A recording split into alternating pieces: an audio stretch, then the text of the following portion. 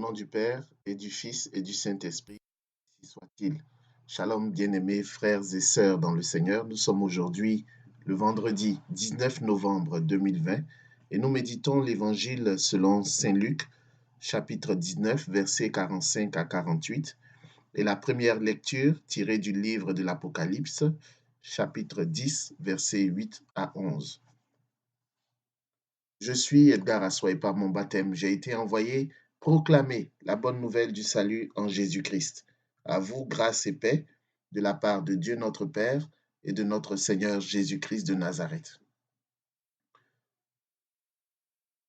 Dans la première lecture, tirée du livre de l'Apocalypse, Jean écrit: Je pris le petit livre de la main de l'ange et je le dévorai. Dans ma bouche, il était doux comme le miel, mais quand je l'eus mangé, il remplit mes entrailles d'amertume. Alors on me dit: Il te faut de nouveau prophétiser sur un grand nombre de peuples, de nations, de langues et de rois.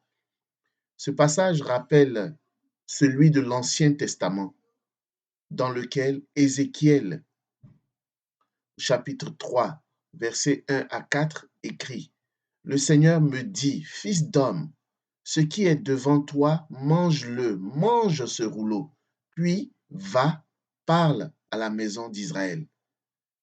J'ouvris la bouche, il me fit manger le rouleau, et il me dit: Fils d'homme, remplis ton ventre, rassasie tes entrailles avec ce rouleau que je te donne. Je le mangeai, et dans ma bouche il fut doux comme du miel. Il me dit alors: Debout, fils d'homme, va vers la maison d'Israël et dis-lui mes paroles.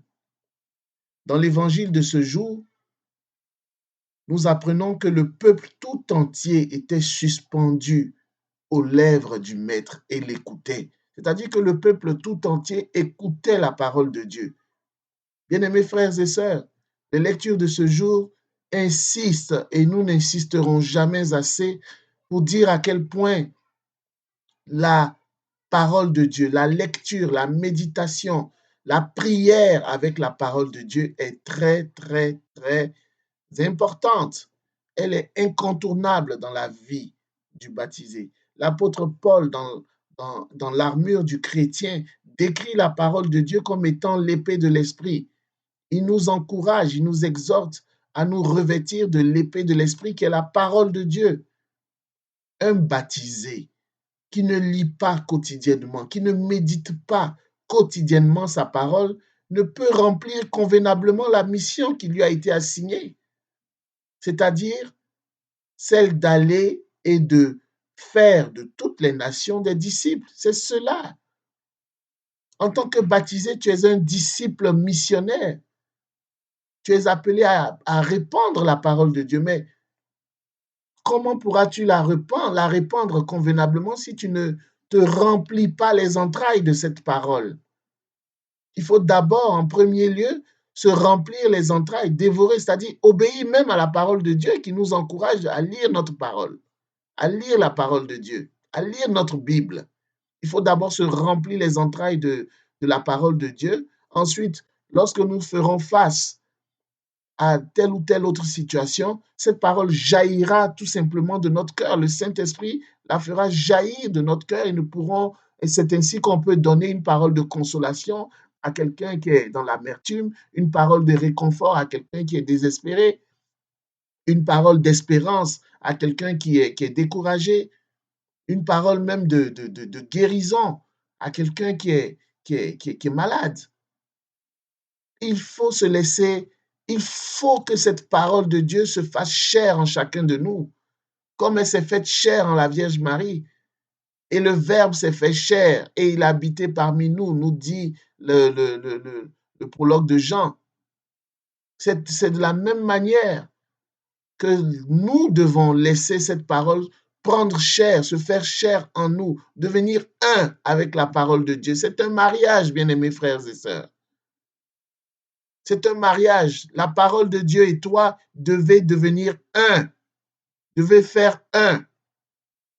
Parce que tu la manges, tu la dévores, tu te laisses assaillir, je dirais, par elle. Tu te laisses remplir par cette parole. Tu laisses cette parole remplir tes entrailles. C'est à cela que la parole de Dieu nous invite aujourd'hui. Comme parents, enseignons à nos enfants la nécessité de lire quotidiennement leur Bible. Donnons cet exemple. Lisons, méditons la parole de Dieu en leur présence. Intégrons même dans nos routines familiales des temps de partage de la parole de Dieu. Dans ces temps difficiles que nous traversons, la parole de Dieu est plus que jamais notre arme, notre consolation et notre salut. Saint Jérôme disait d'ailleurs à ce sujet, ignorer les Écritures, c'est ignorer le Christ. Bien-aimés frères et sœurs dans le Seigneur, dévorons ce livre encore et encore, afin de ne pas se laisser dévorer par le diable, qui est un lion rugissant, cherchant qui dévorer. Bien au contraire, en dévorant la Bible chaque jour, tu deviendras indévorable, je pourrais le dire. Peu à peu, tu seras transformé. Tu deviendras le lion de la tribu de Juda. Tu laisseras de l'espace, plus d'espace au lion de la tribu de Juda qui est Jésus-Christ de Nazareth, que rien ne peut dévorer. Dévore-la, dévore cette parole de Dieu. Sinon, c'est toi qui te fera dévorer. Ni plus ni moins. Par les soucis de la vie, par les esprits mauvais, par les tentations. Dévore cette parole. C'est une armure, c'est un bouclier. Elle est l'épée de l'esprit. Bien-aimés frères et sœurs, il est bien, il est conseillé, il est recommandé d'entretenir, de cultiver des dévotions. C'est une très bonne chose pour notre piété, pour notre foi. Mais développons la bonne habitude de lire quotidiennement notre parole de Dieu. La dévotion par excellence, je dirais, si je peux l'appeler ainsi, devrait être celle de méditer la parole de Dieu quotidiennement. Que la paix, bien-aimés frères et sœurs dans le Seigneur, que la grâce, que l'amour de notre Seigneur soit votre partage en ce jour, au nom du Père et du Fils et du Saint-Esprit, ainsi soit-il.